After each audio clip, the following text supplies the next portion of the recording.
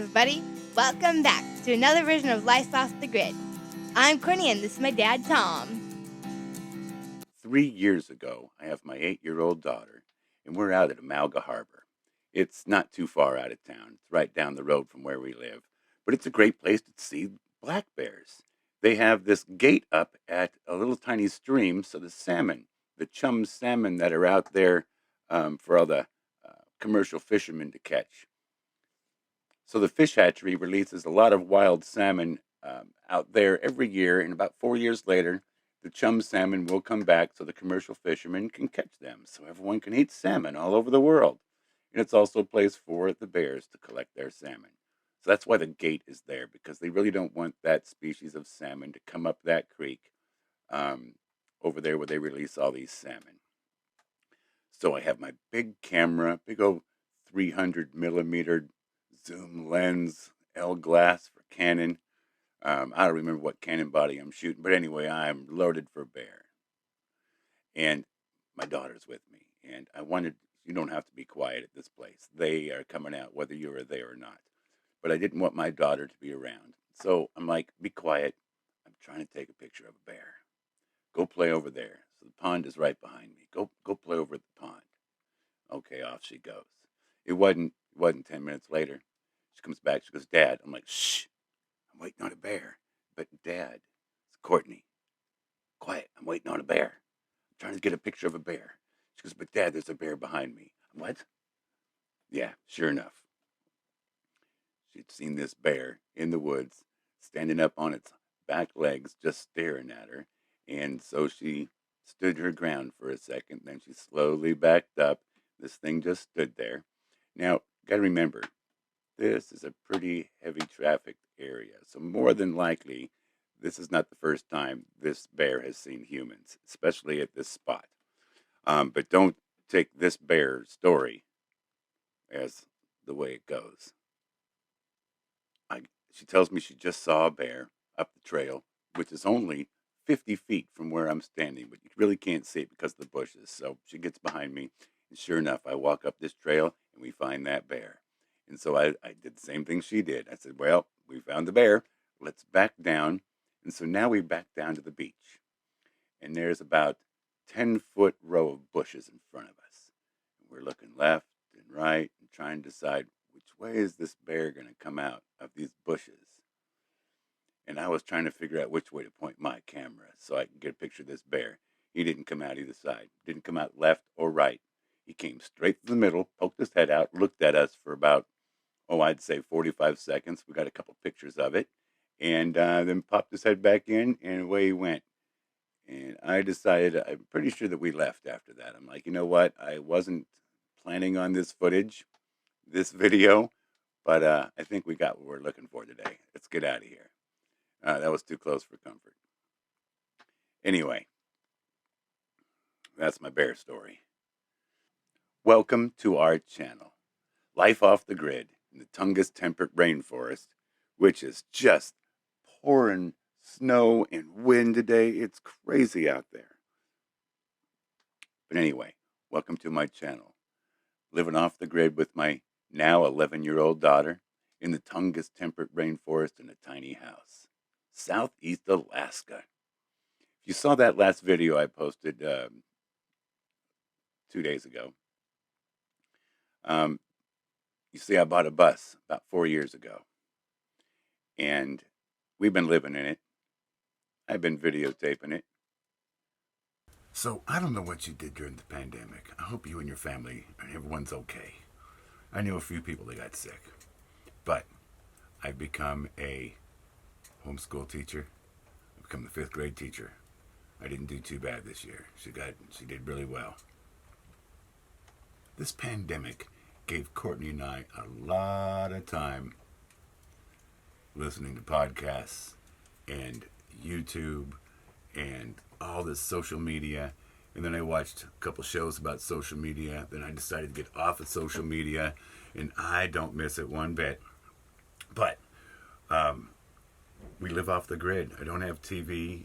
I don't have any city facilities. There's no telephone wires outside my house. Got nothing. We make our own electricity, our own heat.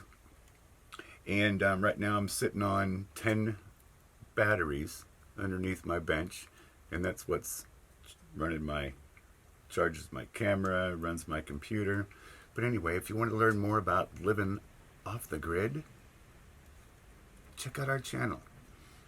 I guarantee you, if we've done it wrong at least twice. I am not the smartest person when it comes to this. Do not take my word for any of it. Just know that I'll share some of our mistakes with you, and I'll share our adventures with you. And we're going to go hiking this summer. I'm getting rid of this bus. This Thomas built bus will be up for sale. It may just end up somewhere in this community, or I may send it to you. You want to live in a Thomas built bus? Anyway, you never know. It's possible. So I'm going to get rid of this Thomas built bus, and I'm going to get a shipping container, and we're going to build out a shipping container for our house. And we're also going to build some geodesic domes and all kinds of cool stuff. Going to go on lots of adventures. Maybe we'll do some traveling with this YouTube channel. I'm not sure where it's going to go. It depends on the comments below. So leave a comment below on what you'd like to see about Alaska, and maybe we can cover it, because I got some pretty cool friends. I got friends that are professional dog mushers they're doing the Iditarod right now. I got all kinds of great friends here in Alaska. So maybe we'll go talk to them. Like I said, I became a 5th grade teacher this year, and one thing I did was I taught my daughter how to play the guitar. And I told her she's going to have to be really bad at it for quite a while before she's good. You have to get past all the bad. You have to get everything worked out, all the bugs and the kinks. But I wasn't practicing what I was preaching, because I spent the last 3 months watching YouTube videos about people teaching you how to start your own channel on YouTube. 3 months I've been watching this. 3 months. It's because I couldn't handle the news. Goodness, after the election, all the stuff that was going down in the lower 48, the Capitol, and all that craziness, I was done listening to it. I hope y'all are okay. You okay? Seriously? Anyway, so I couldn't do any more of that. So I spent $19 a month, and I started getting YouTube Premium. And we got this place called Telephone Beach. We'd sit there for an hour while maybe 3 or 4 videos would download, 1 bar. Yeah, it's kind of like dial-up out here. And watched all these videos about how to start a YouTube channel. And I'm a photographer. My daughter and I have been living off the grid now for a little over 4 years. And it's been a dream forever. And I'm going to show you some of the past things that we've screwed up, and we'll take you on our adventure, maybe weekly to begin with, maybe every day, I don't know, but my daughter's been helping me with this, getting it started, watching YouTube channels. And the thing is, I don't know how much she's going to be joining me, because she's decided she's going to start her own YouTube channel. So it's now a competition between this guy and an 11-year-old girl taking you. I think she's going to take you on hikes. But anyway, you can check that out pretty soon.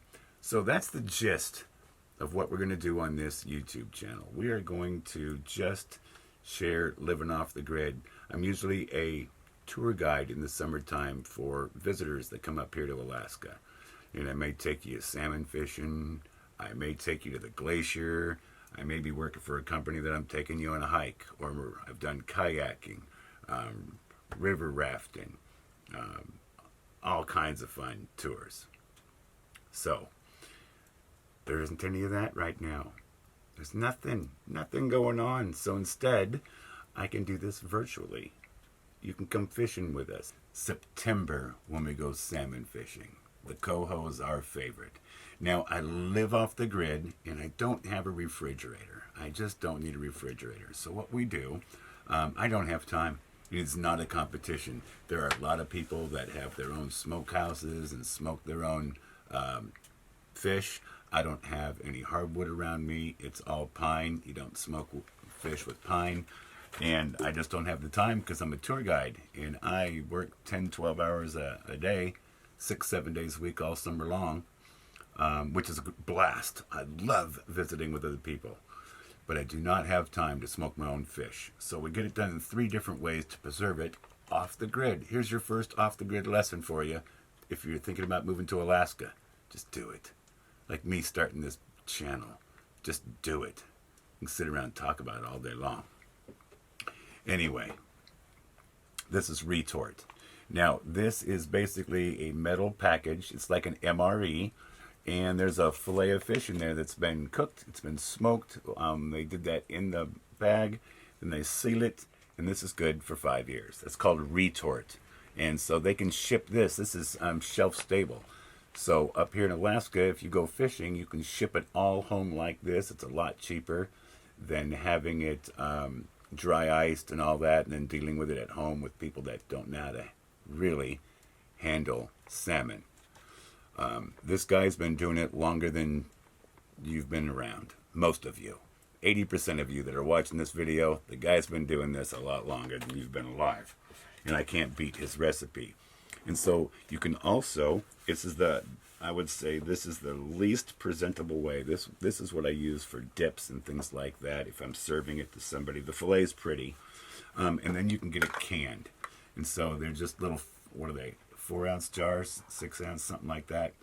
But anyway, you have a place for you to write your name, when you caught it, the species that you caught it, all that kind of cool stuff. But I get my fish canned, and my favorite way, and it's the prettiest, is getting them jarred. And we eat 7 to 10 of these a week, I would say at least. If we're not having it for lunch, we're having it for dinner. And this is the most, oh goodness. So these cost me about $5 a piece to have them canned. So one good sized fish might run you $50. But I'll tell you what, how much is one of those fast food things you get? One meal. It's at least $5. Hell, I pay $5 for a white chocolate mocha. So this is a really cheap way of preserving it. And we overdid it 2 years ago. We ended up with 300 pounds of smoked salmon. So I did a lot of trading. I traded it for coffee at the coffee shop quite a bit. I had some mechanic work done, traded some salmon for it. And now we're back to this year's salmon. But that salmon will last 5 years. 7 years in there. Our version of life off the grid. Stay tuned, hit like, and keep up. See what we're doing next. Peace out.